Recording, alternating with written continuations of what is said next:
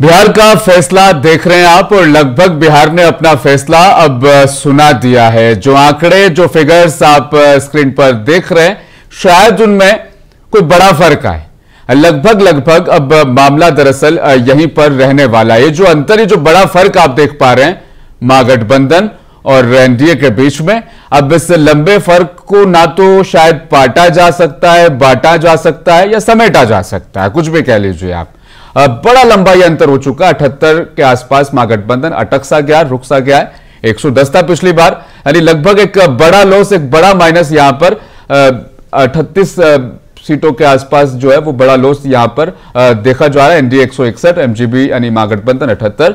Jan Suraaj party की performance भी बहुत बुरी रही है। जिस तरीके की मेहनत थी वैसे नतीजे इनके लिए भी नहीं आए हैं। एमआईएम के सिर्फ एक मात्र उम्मीदवार है अख्तरुल ईमान, वो दरअसल अपनी सीट से आगे चल रहे हैं। इसके अलावा एमआईएम भी इस चुनाव में पिछड़ गई है बुरे तरीके से। क्या इसके पीछे की वजूहात रही, वो तफसीली आप सुन रहे थे, जान पा रहे थे। राहुल जी और पाठक जी मेरे साथ चर्चा में अब भी बने हुए हैं, जिस तरीके से आप स्क्रीन पर पहले इनसे सुन रहे थे दरअसल कि क्या खामियां, क्या गलतियां हो रही। जंगल राज पर भी बात कर लिए, तमाम मुद्दों पर बातचीत हुई है, लेकिन वो बात जो दरअसल प्रशांत किशोर कह रहे थे, 25 सीटें नहीं आएगी जेडीयू को। पाठक जी, 25 सीटें नहीं आएगी जेडीयू को, और अगर 25 सीटें आ गई तो मैं राजनीति छोड़ दूंगा, त्याग कर दूंगा अपना। और लार्जेस्ट पार्टी, सबसे बड़ी पार्टी जनता दल यूनाइटेड है।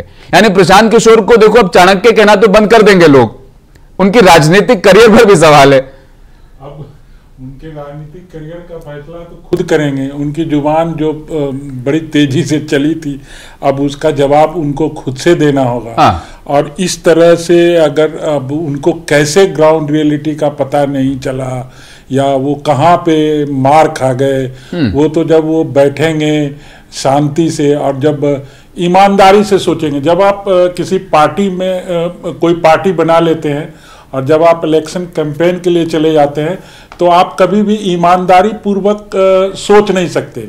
जैसे आप हैं या हम हैं, हमको किसी पार्टी से अगर लेना देना नहीं है तो मैं जो सच्चाई होगी मैं आपको बता दूंगा, आपको बुरा लगे चाहे अच्छा लगे। लेकिन अगर आप किसी पार्टी से जुड़ जाएंगे तो जाहिर सी बात है आप वही सुनना चाहेंगे जो आपके मुफीद हो। तो मुझे लगता है कि जनसुराज पार्टी में जो प्रशांत किशोर जी हैं, इन्होंने दरअसल बंगाल में चैलेंज किया था कि अगर बीजेपी 100 का आंकड़ा पार कर जाएगी तो मैं जो है राजनीति मतलब मैं छोड़ दूंगा ये सब करना।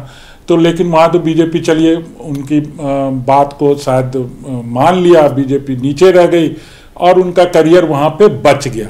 लेकिन ये बिहार है और एज ए बिहारी अगर प्रशांत किशोर बिहार को नहीं समझ पाए तो अब आप समझ सकते हैं कि जो अपनी मिट्टी, अपनी मातृभूमि को नहीं समझ पाया, उससे आप किस तरह की आशा कर सकते हैं। एंटी इनकम्बेंसी की लहर बिल्कुल नहीं थी। उसके बावजूद जब उन्होंने 25 सीटें मैच की, उससे पहले लोकसभा 16 सीटें आई है जेडीयू को, एक बड़ा मैजिकल मूव वो था। उस टाइम भी प्रशांत किशोर गलत हुए थे, उन्होंने कहा था 2 या 3 सीटें आ रही और 16 आई थी। आप सोचिए कि अगर 16 सीट कोई भी पार्टी लोकसभा में जीत रही है तो एक लोकसभा सीट में लगभग 4 से 5 मान लेते हैं। 5 तो मान ही लो आप। हाँ। कहीं 6 भी है, लेकिन मान लिया जाए हम मिनिमम मानते हैं 5, तो 16 पंचे कितना हो गया? 80। ठीक है। आप जो अभी आंकड़ा देख रहे हैं अप्रोक्सीमेटली वहीं पर 73 एकदम अप्रोक्सीमेटली। तो आप इतने गलत कैसे हो सकते हैं, जो कि जीवन भर आपने गणित ही लगाया, गुणागणित ही लगाया है कि ये पार्टी जीत जाएगी, ये जाति इसको वोट दे देगी, ऐसा हो जाएगा वैसा हो जाएगा। लेकिन अपने में आप इस तरह से फंस जाएंगे तो बहुत जवाब तो आपको देना ही पड़ेगा। और आपने इतने चौड़े में कहा है कि मैं राजनीति छोड़ दूंगा, लेकिन मैंने इसके पहले भी कहा कि अगर वो राजनेता बन चुके हैं तो ऐसा नहीं करेंगे, मतलब राजनीति नहीं छोड़ेंगे, इस पर कुछ मुलम्मा चढ़ाएंगे, वो अपना चीनी की चाशनी कुछ भी ठंडा मीठा करके पब्लिक को समझाएंगे। और अगर वो राजनेता नहीं बने, यानी प्रशांत किशोर वही वाले प्रशांत किशोर है जो डेटा एनालिस्ट और चुनाव जितवाने और लड़ाने भिड़ाने काम करते हैं, तब तो वो अपने वादे पर खड़े रहेंगे और राजनीति छोड़ेंगे। लेकिन इस पर हो सकता है प्रशांत किशोर को ना वापस लौटना पड़ जाए अपने मुकाम पर, अपनी जगह पर, क्योंकि वो 4 माह रहा नहीं है। जाहिर तौर पर खालिद अमीन साहब कांग्रेस के प्रवक्ता हैं, मेरे साथ चर्चा में शामिल हैं। और जहानाबाद से दिनेश भी जुड़े हैं, मुंसिफ टीवी के बहुत ही सीनियर नुमाइंदे हैं। जहानाबाद में दिनेश किस तरह के सूरत हाल है, खासतौर पर जहानाबाद विधानसभा सीट और बाकी आसपास के इलाकों के बारे में भी मैं पूछ रहा हूं। जहानाबाद से क्या हाल है राहुल के? कर लेंगे उनसे बातचीत, लेकिन खालिद अमीन साहब भी हैं। खालिद अमीन साहब, कांग्रेस ने बहुत निराश किया और कल भी दरअसल हम यही बात कर रहे थे कि पूरा दारोमदार कांग्रेस पे, लेकिन अब तो खैर आरजेडी भी लॉस कर गई है काफी चीजें। क्या अब भी उम्मीद बाकी है बची हुई? हम लोग क्रिकेट के प्लेयर रहे हैं और हम आखिरी बॉल तक खेलते हैं और खेलना हमें आता है। अभी 2, 3, 4 राउंड हुआ है। एक राउंड में 8 से 10 टेबल पे काउंट होती है, मतलब 8 से 10 बूथ और 300 से ज्यादा बूथ बहुत से विधानसभा में है। कुछ विधानसभा में 2, 4, 5 बूथ कम है, तो ये कोई बहुत बड़ी बात नहीं है। और ऐसा नहीं है कि हम जीरो पे हैं, हम हैं और थोड़ी बहुत 100, 200, 300 वोट का ऊपर नीचे तो चलता रहता है और हम लोग जीत रहे हैं। नहीं, लेकिन फिर भी खालिद अमीन साहब, आप इसको तंज में मत लीजिएगा। 72 सीटों पर लड़े थे, तब 19 आई थी, अब 60 पर लड़े हैं, 15 ठीक ठाक से चल रही हैं। कांग्रेस तो वहीं पर है, क्या लगता है आपको? नहीं, हम बढ़ेंगे, अभी तो शुरुआत है। हमारी रुझान, हमारी सीटें बढ़ेगी और हम अच्छा करेंगे, बहुत अच्छा करेंगे। लेकिन मुझे जो समझ में आ रहा है खालिद अमीन साहब, जब हम घूमे हैं बिहार शरीफ उमेर खान वाली सीट पर, सुपौल मिन्नत रहमानी वाली सीट पर, हमने जो देखा कांग्रेस का एक तो कैंडिडेट सिलेक्शन, मिन्नत रहमानी सुबह दिल्ली में सो रहे थे, शाम को उन्हें पर्चा भरना पड़ गया था, जैसे तैसे फ्लाइट में वो दौड़ भाग कर वहां पहुंचे। उमेर खान किसी और विधानसभा के, लड़वाया कहीं और से। कांग्रेस की जो स्ट्रेटेजी थी वो वर्क नहीं की है, ये तो दिख रहा है साफ आज के रिजल्ट में भी। अब तक नहीं, ऐसा नहीं है। देखिए, कहीं ये और तैयारी कर रहे थे, कहीं और नहीं, ऐसा नहीं है। वो उमेर खान साहब माइनॉरिटी के अध्यक्ष हैं बिहार कांग्रेस के और उनकी तैयारी 4-5 विधानसभा सीट पे थी और वहां पे उनके लोग काम कर रहे थे। 3-4 महीने से प्रॉपर उनका वर्क चल रहा था और इसीलिए उनका सर्वे उर्वे सारा रिपोर्ट अच्छा हुआ, इसलिए कर रहे हैं। रही बात मिन्नत रहमानी साहब की, तो उन्होंने सुपौल में पूरे 5 साल बिना इंतजार एक दिन भी गवाए काम किया है। वही तो खालिद अमीन साहब, जब 5 साल उस शख्स ने वहां पर काम किया तो टिकट का अनाउंस 3 महीने पहले कर देते। मैं वही तो कह रहा हूं ना कि जिस दिन पर्चा नामजदगी की आखिरी तारीख थी, उस दिन वो दिल्ली थे और उनको पता नहीं था कि उनको वहां पर्चा भरना है। ये स्ट्रेटेजिक गलतियां रही, शायद वो गठबंधन में जो खींचतान थी जिसको आप इग्नोर कर रहे थे, उसका इंपैक्ट आज के नतीजों में भी दिखा है। और भी बहुत सारी चीजें, तमाम चीजों पर डिस्कस कर लेंगे। दिनेश एक बार फिर से जुड़े, जहानाबाद से हैं, बहुत ही सीनियर ये शख्स है हमारे। दिनेश जी, जहानाबाद में क्या हाल है, और जहानाबाद विधानसभा सीट स्पेशली और घोसी में भी किस तरह के संकेत है वो आपसे समझना चाह रहे हैं फिलहाल? पर गिनती समाप्त हो गया है जो जी, और सबसे बड़ी बात है कि जहानाबाद विधानसभा से महागठबंधन के आरजेडी के प्रत्याशी राहुल कुमार आगे चल रहे हैं और घोसी विधानसभा क्षेत्र से भाकपा माले, महागठबंधन के भाकपा माले के प्रत्याशी हैं रामबली सिंह यादव, वो अभी फिलहाल आगे चल रहे हैं। और मखदूमपुर में भी महागठबंधन के ही प्रत्याशी हैं सूबेदार दास जी, वो आगे चल रहे हैं जी। यानी जहानाबाद जिले में तो ऑल ओवर अच्छा परफॉर्मेंस महागठबंधन ने किया है, लेकिन फिर भी आपका जो ये मगध वाला इलाका है पूरा, दिनेश, मतलब अच्छा परफॉर्म किया महागठबंधन ने, लेकिन बिहार हार रहे हैं। एक बड़ी वजह, सबसे बड़ी वजह आपको जो समझ में आ रही हो यहां से अभी तक के आंकड़ों के मुताबिक? ये बिल्कुल सबसे बड़ी बात है कि रोजगार वाली मुद्दा जो है कहीं न कहीं पकड़ता गया है मगध के रेंज में। खास तौर पर जो भी बेरोजगार युवक हैं, जो युवती हैं, जो पढ़ लिख कर अगर सड़कों पर रहते हैं या फिर प्राइवेट कंपनी की ओर भागते हैं, तो कहीं न कहीं संकेत तो ठीक नहीं रहता है। अच्छा, मगध जोन में ठीक ठाक हाल है पाठक जी, मगध में ठीक ठाक हाल है। मोतिहारी का चेक कर लेते हैं। मोतिहारी से कमलेश भी मेरे साथ राब्ते में है। कमलेश, मोतिहारी जिले में आसपास सारी विधानसभाओं में किस तरह का सिनेरियो फिलहाल बन रहा है और कौन से दफ्तर में ज्यादा गर्मी है और खुशी के आसार जो है वो कहां से नजर आ रहे हैं? यहाँ जो है आपको बता दें कि मोतिहारी में केसरिया जो है, केसरिया से शालिनी मिश्रा है, जदयू के प्रत्याशी हैं, जो पूर्व में भी यहाँ पे विधायक रही हैं। उनका 6 राउंड का रिजल्ट अभी तक आया है। और अहम और बड़ी तस्वीरें मैं फिलहाल आपको दिखाऊंगा। रोकूंगा कमलेश आपको। लालू प्रसाद यादव और तेजस्वी यादव की अब मुलाकात हुई है। अब यहां से शायद एक अलग कहानी भी देखने को मिले। ये तस्वीर जो आप देख रहे हैं, कार दाखिल हुई है तेजस्वी यादव के आवास पर, खुद लालू प्रसाद यादव पहुंचे, काफी बीमार चल रहे थे। जो तस्वीरें इलेक्शन कैंपेन में रही थी वो बड़ी नाजुक सी भी थी। अब इस मोड़ पर इन आंकड़ों को देखने के बाद अगर लालू प्रसाद यादव खुद पहुंचे हैं तेजस्वी यादव के आवास पर, तो अब यहां से क्या तस्वीरें होंगी वो अब थोड़ी सी दिलचस्प हो जाएंगी। अब यहां से नामुमकिन सा है, मुश्किल सा सिनेरियो है, लेकिन ये तस्वीरें क्या समीकरण बना सकती है। राहुल जी, आपसे समझना चाहूंगा, लालू प्रसाद यादव 2020 के चुनाव में थोड़े से एक्टिव थे, नस फट जाएगा इस तरह के तमाम बयान उन्होंने दिए थे जाहिर तौर पर, लेकिन अब इस चुनाव में सिर्फ कृष्णा लावरू से बातचीत, अशोक गहलोत से बातचीत, इसके अलावा शायद उनका कोई सक्रिय रोल नहीं रहा। लेकिन आज नतीजों वाले दिन उनका यह मूवमेंट क्या इशारा कर रहा है? देखिए, लालू प्रसाद जी बहुत मंजे हुए खिलाड़ी हैं। हाँ, उनका किसी से मिलना कुछ न कुछ जरूर एक खिचड़ी या बहुत आगे की सोचते हैं। वो दूसरे राजनेता जैसे नहीं हैं कि जो वर्तमान में सोचते हैं, वो 2 कदम हमेशा आगे के चलते हैं।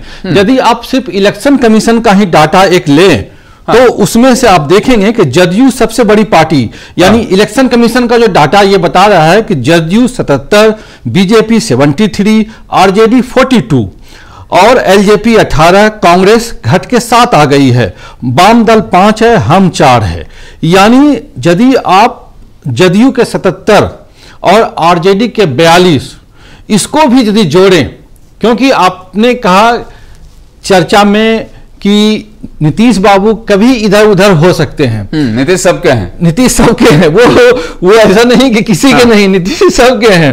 तो इस चुनाव में जदयू अभी का जो डाटा है, अभी के जो रुझान आ रहे हैं, वो रुझान ये बता रहे हैं कि जदयू बड़ी पार्टी के रूप में उभर के आई नहीं है। वो वाला बयान भी याद आ रहा मुझे कि ना तो दिल्ली में प्रधानमंत्री का पद खाली है, ना बिहार में मुख्यमंत्री का पद खाली। ये अमित शाह का बयान था जी। अंतिम 4-5 दिनों में लगातार ये लाइन 4-5 दफा उन्होंने बोली है। ऐसे में लालू प्रसाद यादव मनाएंगे कैसे ना, वो एक बड़ा सवाल है। दूसरा, हाँ, ये बात सही है कि लालू मनाएंगे कैसे, तो उसी के काट को करने के लिए आपने देखा होगा कि बीजेपी के दफ्तर में पहली बार नीतीश कुमार का पोस्टर लगा दिया गया। यानी बीजेपी को यह पहले से ही एक प्रकार का अंदाजा हो गया था कि शायद ये जदयू हमसे आगे ले आए।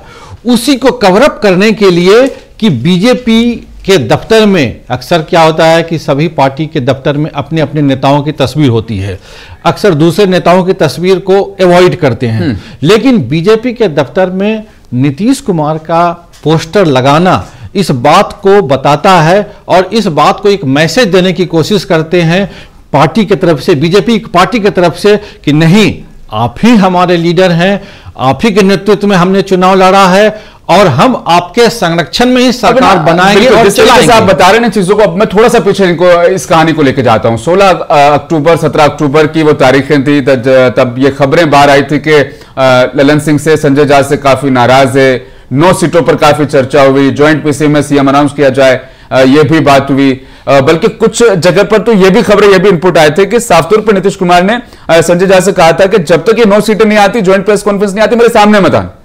ये स्ट्रॉन्ग वर्ड्स भी कुछ इनपुट्स ने, कुछ जराये ने हमें दिए थे, बताया था। उसके बाद गया पटना वाला रोड शो, जहां पीएम मोदी नहीं थे, पीएम मोदी थे लेकिन नीतीश कुमार नहीं थे, ललन सिंह वहां पर मौजूद थे। ललन सिंह के बयान, संजय झा से दूरी, कुछ तो मतलब बना है मामला।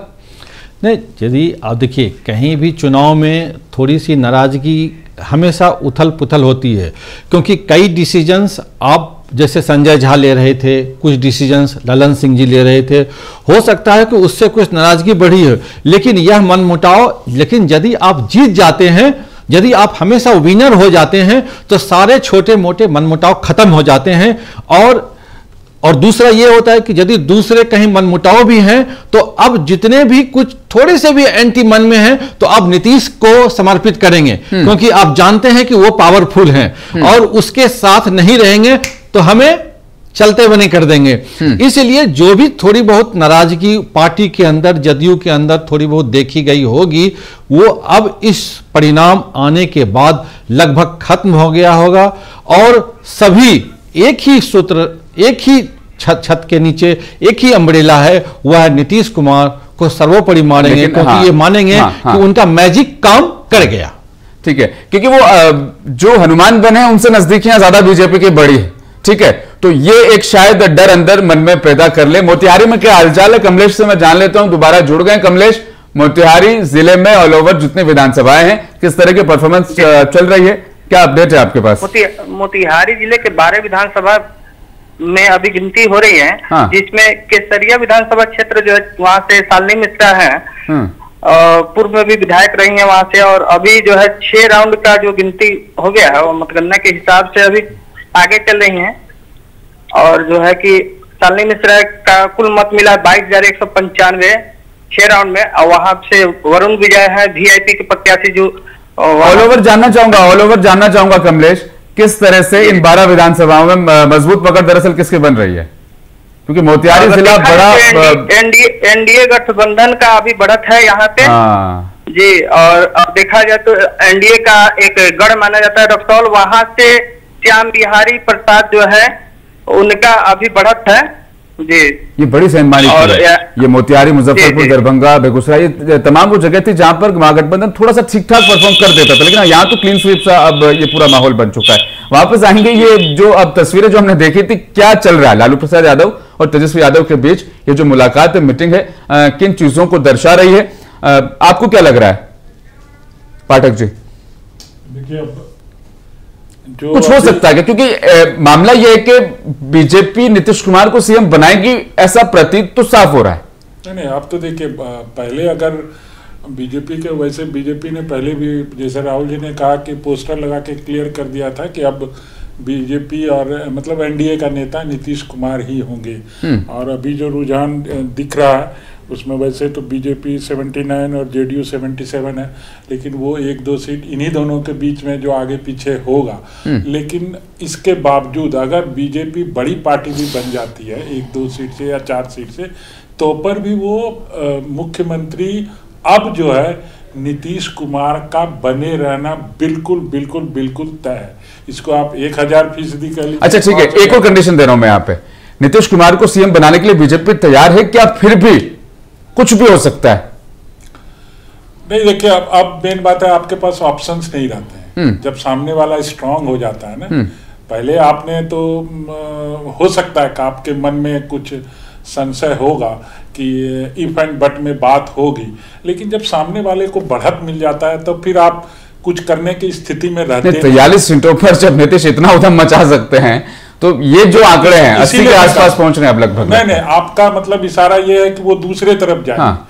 नहीं, अब वो उनके पास वो ऑप्शन नहीं है। दरअसल उनके जो इर्द गिर्द लोग हैं वो बीजेपी के खेमे के एक तरह से हो चुके हैं। वो उन्होंने मान लिया है कि हमको बीजेपी के साथ, अब आप देखिए 2010 में नहीं, लालू प्रसाद यादव के साथ लड़े थे। हाँ, तो ये जो अब तस्वीर हम आपको स्क्रीन पर दिखा रहे हैं, ये मुलाकात अब खत्म हो गई, काफी छोटी मुलाकात रही, और शायद मुझे नहीं लग रहा है कि इस मुलाकात में कुछ बातें हुई होंगी, शायद हौसला देने, हौसला बंधवाने, शायद परिवार को जोड़े रखने के लिए शायद वो आए होंगे। अब यही लग रहा है साफ तौर पर, क्योंकि इतनी छोटी मुलाकात तो यही बता रही है कि परिवार जिस तरीके से बिखरा, बहनें नाराज, भाई ने नई पार्टी खड़ी कर ली, फिर ये चुनाव का ये जो नतीजा है, सेटबैक है, नतीजा नहीं है, इट्स सेटबैक। अब 45 पर आप दिखा रहे हैं, 42 पे दिखा रहे हैं, तो ये इससे तो समझ में नहीं आ रहा है कि आरजेडी को लोगों ने नकारा नहीं है, बिल्कुल जैसे लगता है कि कहीं छोड़ के एक बड़ा जो फैक्टर है वो वोटर्स के जो तादाद है, उसके बारे में आपको एक बार फिर से वहां लेके जाऊंगा, लेकिन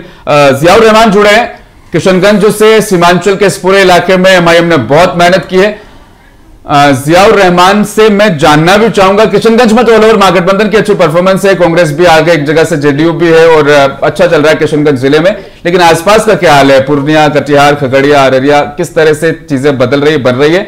जिया, सबसे पहले एमआईएम ने मेहनत बहुत की थी, पिछली बार 5 सीटें आई थी, लेकिन इस बार जोकीहाट, फोर्ब्सगंज तमाम सीटें निकल गई है, सिर्फ अख्तर उल ईमान बचे हैं उम्मीद की किरण।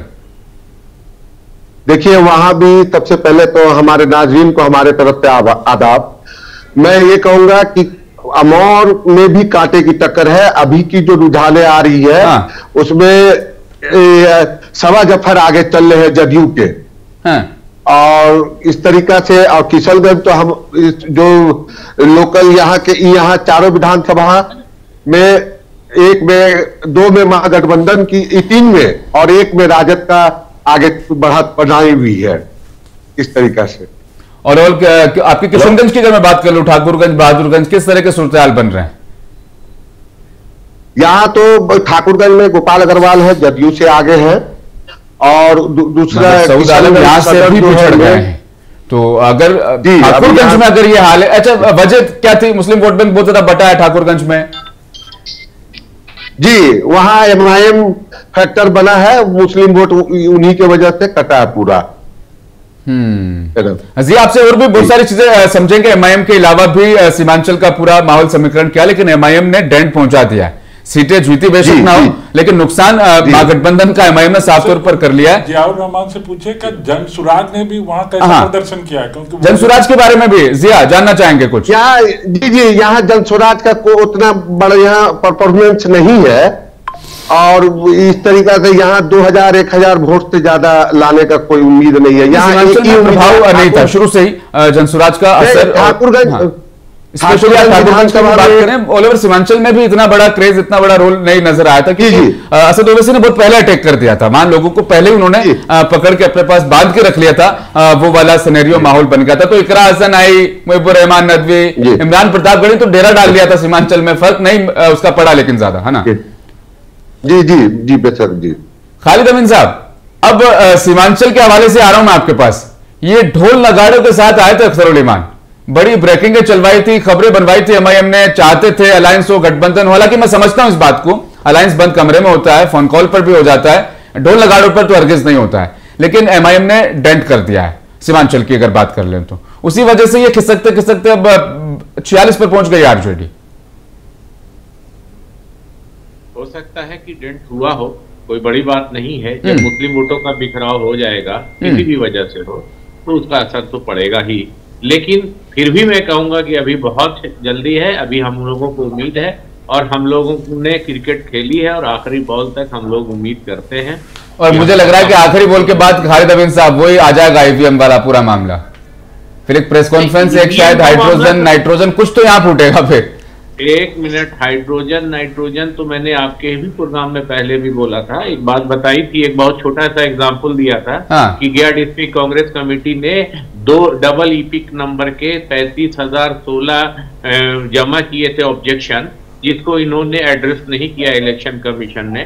तो हम तो कह ही रहे थे, शुरू से भी कह रहे थे, आप गवाह है इसके, कि 2 महीने के बाद हो सकता है कि हम लोग फिर कुछ रिसर्च करके लेके आए कि इस बार ये मामला हुआ। लेकिन ये जो अभी रिजल्ट चल रहा है, अभी जो रुझान आ रहा है, वो उससे हम लोगों को, मेरी उम्मीद से बहुत नीचे है, बहुत पीछे है। हम लोगों को चाहिए कि अभी हम लोग उस पर गौर करेंगे कि कहाँ दिक्कत है। और लेकिन मुझे अभी भी लग रहा है कि अभी हम आधे राउंड तक भी नहीं पहुंचे हैं, तो इतना जल्दी हम फैसला नहीं करेंगे। अभी हम इंतजार करेंगे, और बहुत ज्यादा वोटों का अंतर नहीं है, मैक्सिमम सीटों पे बहुत थोड़े थोड़े वोटों का अंतर है। तो क्योंकि आप अभी आखिरी बॉल का भी इंतजार कर रहे हैं, और वो JDU वाले ना नाचने, ढोल नगाड़े बजाने, मिठाई बांटने लग गए। दिखाते हैं तस्वीरें आपको पटना JDU दफ्तर की, किस तरह का माहौल है वहां पर जश्न का, और सुनाते हैं कार्यकर्ताओं के जोशो खरोश वाली एक बाइट भी।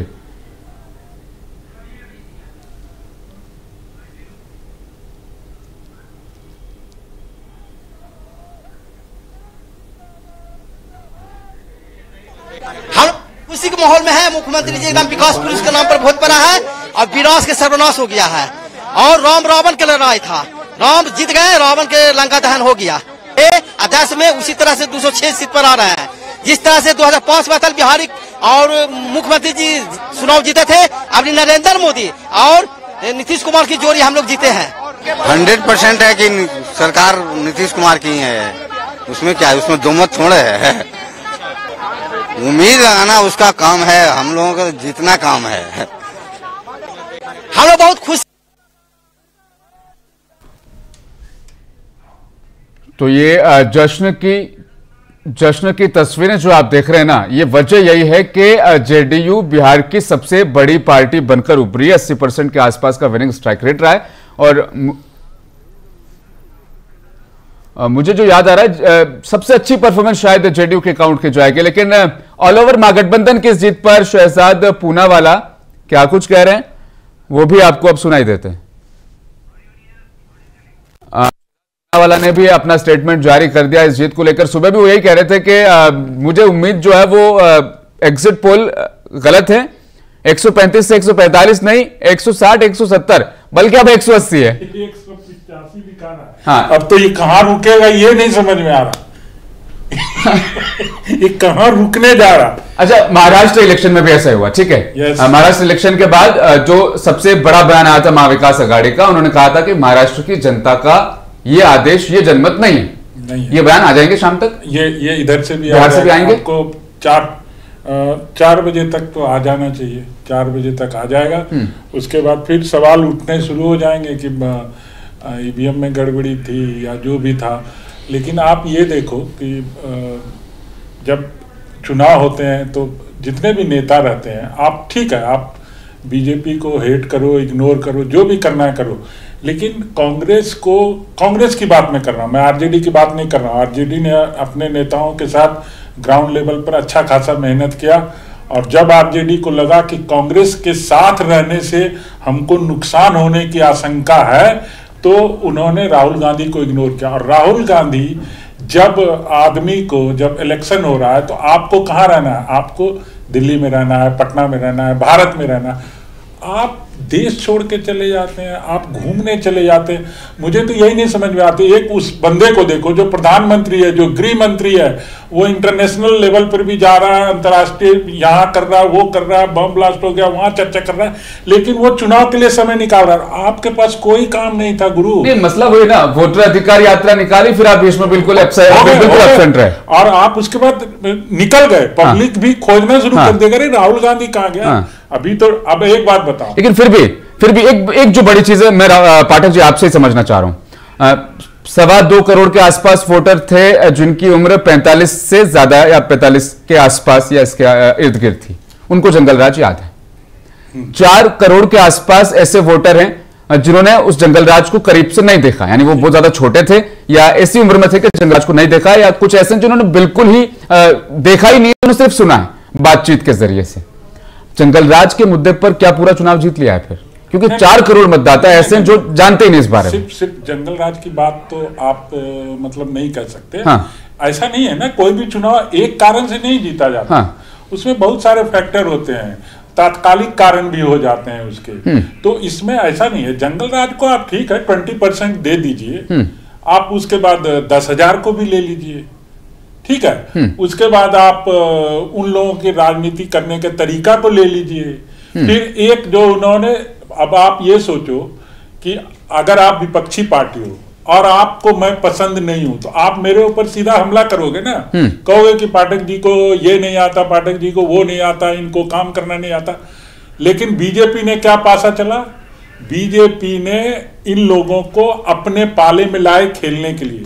नीतीश कुमार के स्वास्थ्य का मुद्दा बना दिया, और वो मुद्दा बना भी नहीं, नैरेटिव लास्ट में टूट गया। बहुत सारी मिस्टेक रही है उस पर। हाँ। आप क्या कहने लगे कि नीतीश कुमार को मुख्यमंत्री नहीं बनाएंगे? अरे इसका मतलब ये तुम पहले मान लिया कि तुम हार रहे हो यार। तो पब्लिक तो यही समझ रहे यार, इसको क्या वोट देना है, ये तो पहले ही से यार। अरे तुमको तो ये कहना चाहिए कि नीतीश के नैरेटिव नहीं बन पाया, उसको तोड़ दिया था, बहुत जल्दी ब्रोक भी कर दिया था। परवेज भट्ट मेरे साथ जुड़ चुके हैं लाइव श्रीनगर से।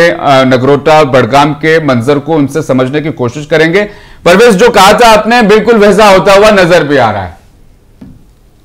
बिल्कुल, अगर हम बात करें अब थोड़ा बहुत जो है चीजें क्लियर होना शुरू हो गई हैं। अगर हम नगरोटा के हवाले से बात करें तो अब ऐसा लग रहा है कि निश्चित जो है बीजेपी जो कैंडिडेट है वहां पे दिव्यानी राणा, उनकी जीत अब निश्चित होती जा रही है, क्योंकि तकरीबन 70,000 वोटों से अब उन्होंने मार्जिन बनाई है। लेकिन नगरोटा में एक बात जरूर देखने वाली है कि जो पैंथर्स पार्टी के हरदेव सिंह है, वो कहीं ना कहीं से 7,000 वोट के करीब इस टाइम चल रहे हैं। और नेशनल कॉन्फ्रेंस की जो कैंडिडेट है शमीमा बेग, वो 30वें नंबर पे है और 4,000 कुछ वोट्स सिर्फ उनको आए हैं यहाँ पे। अगर हम दूसरा एक अहम खबर यहाँ पे अपने नाजरीन को दें, वो ये है कि जिस तरह से एग्जिट पोल्स दिखा रहे थे कि जो बड़गाम की सीट जो है वो नेशनल कॉन्फ्रेंस के पाले में जा सकती है, उसमें थोड़ा बहुत बदलाव अब दिखाई दे रहा है। जो चौथे राउंड की काउंटिंग वहां पे हुई है, वो उसमें दिखा रहे हैं कि जो पीडीपी का कैंडिडेट है आगा मुंतजर, वो तकरीबन 1100 वोटों से जो है अभी लीड कर रहे हैं। तो इसके चलते बड़गाम में पीडीपी का कैंडिडेट लीड कर रहा है, और नगरोटा में जो बीजेपी की कैंडिडेट है उसकी जीत जो है ऑलमोस्ट वो अब निश्चित हो गई है। लेकिन इसमें जरूर मंथन करने की बात है कि नेशनल कॉन्फ्रेंस को बताया जाता है कि शायद वो सेकंड नंबर पे एटलीस्ट वो नगरोटा में आती, लेकिन वहां पे क्योंकि इलेक्शन कैंपेन उस तरह से नेशनल कॉन्फ्रेंस ने नहीं की, एक बार वहां पे वजीर आला कॉन्फिडेंस था एनसी को, ओवर कॉन्फिडेंस नहीं, कॉन्फिडेंस था ही नहीं शायद उस सीट पे, क्योंकि मैं पहले ही जैसे कह रहा हूं कि जो मरहूम देवेंद्र राणा थे वहां पे बड़गाम वाली सीट की मैं बात कर रहा हूं, जहां से पीडीपी इस वक्त आगे चल रही है 1100 वोट से, बड़गाम वाली सीट उसकी मैं बात कर रहा हूं, क्या वहां ओवर कॉन्फिडेंस था? वहां पे ओवर कॉन्फिडेंस, वहां पे भी अगर हम बात करें नेशनल कॉन्फ्रेंस को, ओवर कॉन्फिडेंस नहीं था, बल्कि कयास और कंफ्यूजन काफी ज्यादा था। मेंबर पार्लियामेंट आगा रुहुल्लाह, पहले उनको बहुत मनाने की कोशिश की गई कि वो इन चुनावों में कैंपेन करें, अपना सहयोग वो दें, लेकिन वो उन्होंने उसे साफ मना कर दिया और वोट तक भी उन्होंने कास्ट नहीं किया। और वोटिंग के दिन जो है वो जर्मनी में उस टाइम थे, वो एक फैक्टर बन जाएगा। अगर नेशनल कॉन्फ्रेंस वहां पे इस टाइम पीछे चल रही है, वो एक बड़ा सबसे बड़ा फैक्टर है। दूसरा जो वहां बड़गाम के लोगों की नाराजगी है वजीर आला, खुद वजीर आला से, वो ये है कि उनको लगता था कि वजीर आला जब उनको एक सीट छोड़ने की बात आएगी तो वो शायद गांधरबल की सीट छोड़ेंगे और बड़गाम को वो अपनाएंगे, क्योंकि बड़गाम में इससे पहले भी वो एक बार जीते थे, लेकिन उन्होंने उसका उलट किया और गांधरबल की सीट अपने पास रखी और बड़गाम सीट जो है वो छोड़ी उन्होंने, जिसके चलते आज वहां पे बाइपोल्स हो रहा है। तो लोगों में काफी नाराजगियां वहां पे पाई जाती हैं। साथ में अगर हम बात करें जो इंडिपेंडेंट कैंडिडेट्स है, भरमार है वहां पे इंडिपेंडेंट कैंडिडेट्स की, वो भी कुछ जो छोटे छोटे पॉकेट्स में वो भी काफी एक्टिव रहे हैं इन दिनों में, और वो भी वोट कट करने का जो काम है इस टाइम नेशनल कॉन्फ्रेंस के लिए ही कर रहे हैं। लेकिन अभी चौथा ही राउंड है, अभी इसमें कंफर्म कुछ नहीं कहा जा सकता है। अभी 15 राउंड टोटल इसमें होने हैं, 15 राउंड के बाद ही जो फाइनल पिक्चर है वो पता चलेगी। लेकिन अभी तक का जो चौथे राउंड का जो रिजल्ट आया है उसमें जो पीडीपी का कैंडिडेट है वो 1100 वोट से लीड कर रहा है। जी शुक्रिया परवेज, बने रहेंगे आप हमारे साथ, और बाकी जो अपडेट है वो कुछ वक्त के बाद भी हम एक बार फिर से आपसे लेंगे। 4 राउंड अब तक हुए हैं बड़गाम में, और जिस तरह की तस्वीर परवेज ने बताई है, चिंताएं जरूर बढ़ेगी उमर अब्दुल्ला की भी और एनसी की भी, और पीडीपी के लिए राहत की खबर बड़गाम से जरूर है। लेकिन एक बार फिर लौटेंगे उपचुनाव का, जब जिक्र कर ही रहे हैं तो जुबली जाना तो बनता है, क्योंकि हम भी हैदराबाद ही बैठे हैं। अनवर जुड़ चुके हैं मेरे साथी है, सहयोगी है। अनवरुल्लाह गौरी, किस तरह की सूरत-ए-हाल आप वहां पर देख पा रहे हैं, और क्या कांग्रेस के जो कारकुनान हैं अब जश्न की तस्वीरें उनके लिए वहां पर है? बिल्कुल रहीम, मैं इस वक्त जुबली की जो बाई पोलिंग इलेक्शन हुए हैं, बाई इलेक्शंस में यहाँ पे जो काउंटिंग का जो मरकज है, बिल्कुल मैं यहाँ पे देख पा रहा हूँ कि यहाँ पे कांग्रेस जो उम्मीदवार हैं उनके एजेंट्स मिले, क्योंकि मैं आवाम का जिक्र यहाँ नहीं करूंगा क्योंकि आवाम को यहाँ पे अंदर दाखिले की इजाजत नहीं है, वही लोग अंदर आ सकते हैं यहाँ पे जो लोग उनके उम्मीदवार हैं जिनके पास है। मैं उनके चेहरों पे एक हल्की सी खुशी की झलक मैं इस वक्त देख पा रहा हूं, क्योंकि 4 राउंड मुकम्मल हो चुके हैं और चारों राउंड्स के अंदर नवीन यादव बिल्कुल मतलब लीड कर रहे हैं बहुत ही अच्छे वोट्स के साथ में।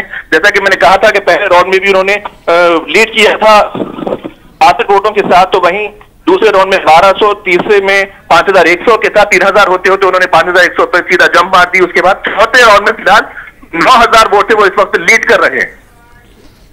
तो अनवर ने ये अपडेट दिया है, जुबली हिल्स से आगे चल रहे नवीन यादव, जुबली हिल्स के सीट से 4 राउंड के गिनती में हर राउंड में आगे ही वो दरअसल चल रहे हैं जाहिर तौर पर।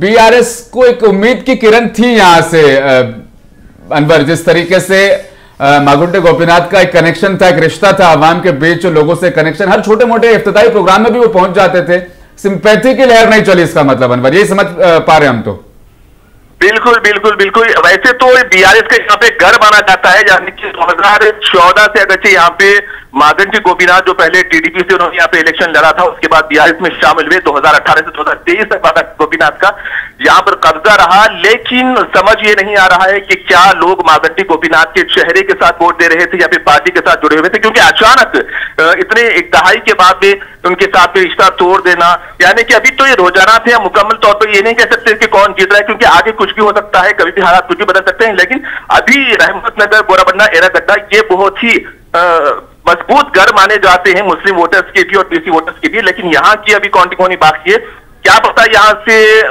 जो शक्ल है, जो रोजाना की शक्ल है, वो बिल्कुल तब्दील ना हो जाए और फिर ये जो तमाम रोजाना थे बीआरएस के हक में ना आ जाए। बिल्कुल आखिरी पढ़ते हैं, जब तक जुबली हिल्स में नहीं खुलेंगे अनवर तमाम अपडेट हम तक पहुंचाते रहेंगे। बहुत बहुत शुक्रिया, जुड़ेंगे आपसे। अब उपचुनाव का जब जिक्र करें, थोड़ा सा उपचुनाव पर बात कर ही लेते हैं हम।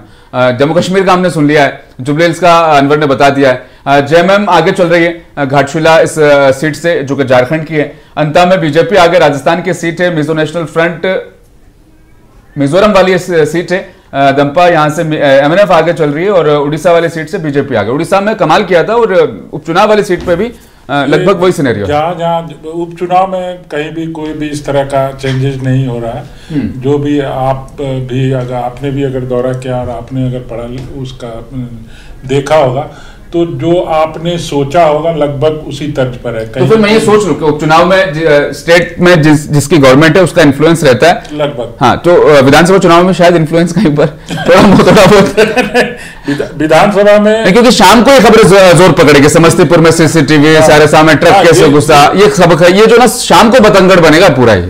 अभी देखिए, जबकि अभी आप देख रहे हैं तेजस्वी यादव मात्र 916 वोट से आगे हैं। तेज प्रताप 10,500 वोट से पीछे चल रहे हैं। तो अब अनंत सिंह 11,000 वोट से आगे चल रहे हैं। तो एक डिसाइसिव लीड बहुत जगह पर ले ली है ना।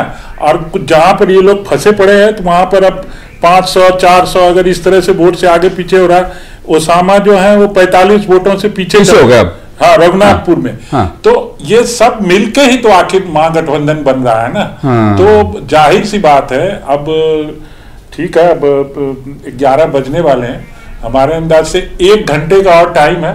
1 घंटे के बाद तो फिर नहीं, अब बहुत मुश्किल है। अब वो आखिरी बॉल तक इंतजार कर तो रहे हैं खालिद अमीन साहब, लेकिन पॉसिबल है नहीं। आखिरी बॉल पर देखिए, आखिरी बॉल पर तो आप तब भी इंतजार करेंगे जब एक बॉल पर 25 रन बनाना है और एक बॉल पर सारे 9 बॉल हो जाए और फ्रीड भी मिल जाए, सब कुछ हो जाए और गेम उनका सेट हो जाए। लेकिन अब तस्वीरें शायद बदलेंगी नहीं और आरजेडी जो सिंगल लार्जेस्ट पार्टी थी 2020 के चुनाव में तीसरे नंबर पर पहुंची है। अब डर ऐसा लग रहा है कि कहीं एलजेपी इससे आगे ना निकल जाए। ये भी सूरत हाल जो जाहिर तौर पर बन सकते हैं। बिहार का फैसला देख रहे थे आप, 2 एक्सपर्ट मेरे साथ मौजूद थे। पूरे बिहार चुनाव को हमने डिस्कस किया, मजीद तस्वीरें, मजीद खबरें और आगे की पूरी कहानी को अब समझेंगे खुर्शीद रब्बानी साहब के साथ, नेशनल ब्यूरो हेड। कुछ देर में स्क्रीन पर आपको नजर आ जाएंगे और वो आपको पूरी कहानी को दरअसल समझाते हुए नजर आएंगे।